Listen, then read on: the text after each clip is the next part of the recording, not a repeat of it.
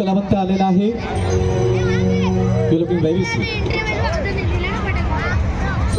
आई तुझं डोंगर हे गीत हा मुलगा सादर करणार आहे.